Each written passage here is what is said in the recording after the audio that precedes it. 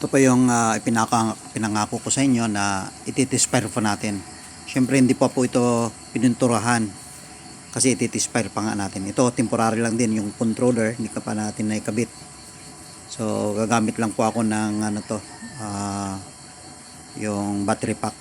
Ayan. So nasa labas pa po yung controller. Ayan po.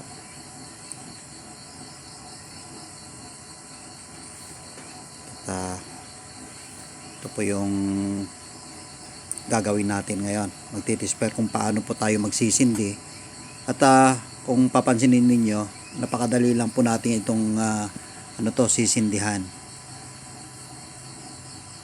Okay, ang una, gagawin natin ay lalagyan natin ng oil, ang source, then hintayin po natin na papasok. Ayan, pumasok na po yung oil. At yung nozzle burner po hindi ko pa nailagay. So ilalagay po natin yon. Pagkatapos niyan, papatay natin yung source ng oil. So konti lang po muna. Ayan, ilalagay na po natin ito.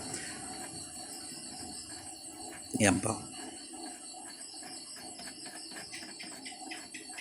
Pagkatapos niyan, kukuha lang tayo ng konting tissue. Yan po, ganito lang po kadami yung tissue na ilalagay natin. Malit lang po, isang dangkal lang po yan. Ilulublob lang natin konti, mabasa ng oil. Pagkatapos niyan ay sisindihan natin. Ayan. Yan, ganun lang po yan. Napakadali lang po. Pagkatapos niyan, buksan na po natin. Ifo-full nyo kaagad yung yung controller. Ayan, lalakasan nyo kaagad para madali po siyang magsisindi. Ayan, at madali po siyang iinit. Hindi po yan siya mamamatay. Ayan.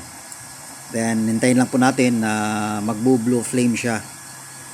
Mag-activate na yung pressure sa top. Mapapansin nyo po yan.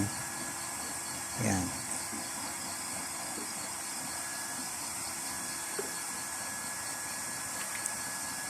So, sa pagsisindi po natin, hindi ko po ito inedit hanggang sa pagsisindi, hanggang sa may lagay natin yung isasalang natin.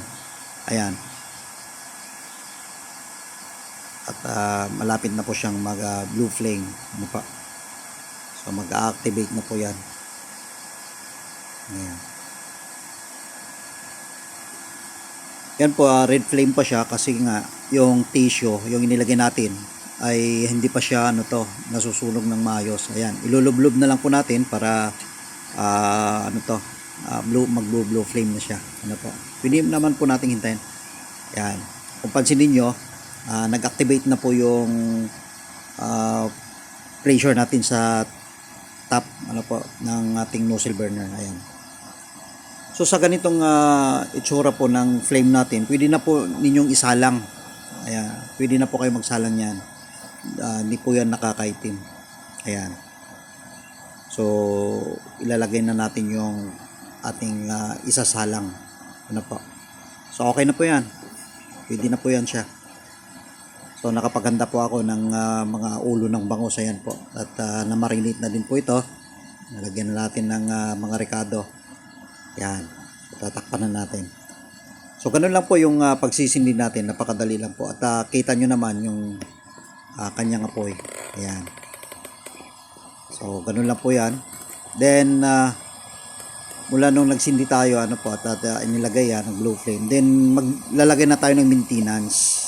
So maglalagay na tayo ng patak-patak sa kanyang gripo. So yung tamang sunog po niyan is yung patak niya is 1, 2, 3, 4. Yan po, tested ko na po yan. So ganun lang po, maintain na po na yan yung tamang sunog niya at nami-maintain po yung kanyang apoy. Yan po, nakapaglagay na po ako ng kanyang patak. So maintain na po yan. So ganun na lang po yan hanggat maluluto yung ating niluluto. Kapag kukulo na rin siya, kung tingnan niyo lampas-lampas na rin po yung apoy niya. Ayan. At kapag pag kumulo na, doon na po ako nagre-reduce ng kanyang apoy. So makukuha nyo rin po yan. Ayan, ipinurward na natin. Para hindi po kayo mainip sa sa panunood. At least nakita na ninyo ang outcome ng ating bagong gawa. Ano po. So wala na po yun yung tinatawag na oil level regulator. Kasi actually ang pinaka-concept lang naman yun hindi pupunta sa fan yung kanyang